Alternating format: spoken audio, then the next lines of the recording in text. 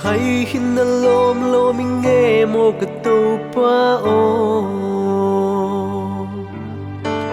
a hoi pen na nuam pen kan na la men na kamang se su et ton ding thei khalo i na mel vak lia tu kan na hi khasel hi hay hin na lom lo mi nghe mo ka to pa o a hoi pen na nuam pen kan na la men na kamang se su et ton ding thei khalo i na mel vak lia tu kan na hi khasel hi hôn ngài đam min đâu pa na kiang kong xua na hôn nít na gilda at thuk lua hi mi dan te ding a fual sol na hitinga na hôn tel mo đâu pa ka thei siam ta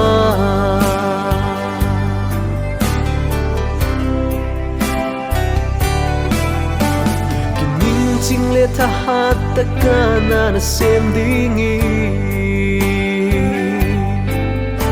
kalum gel ka te danin kong kilana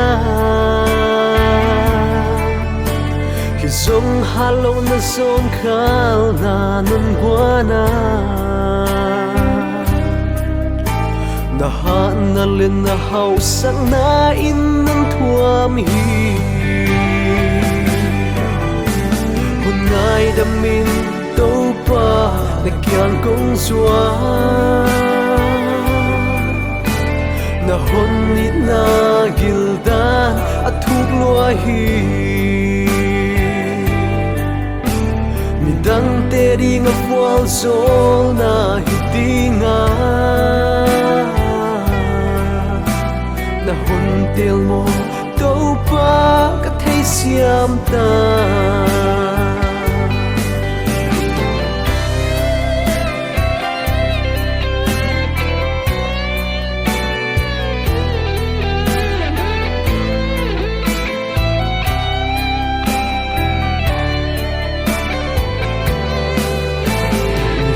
sa tam na le pa toy na kana zong na katan so lo chiang in kon wak san se la kay ma dai dan lam pi te kana suya kon ngai dam min pa o kan na hial ta hôn ngài đam min đâu pa na kiang kong xua na hôn nít na gilda at thuk lua hi mi dan te ding a fual sol na hitinga na hôn tel mo đâu pa ka thei siam ta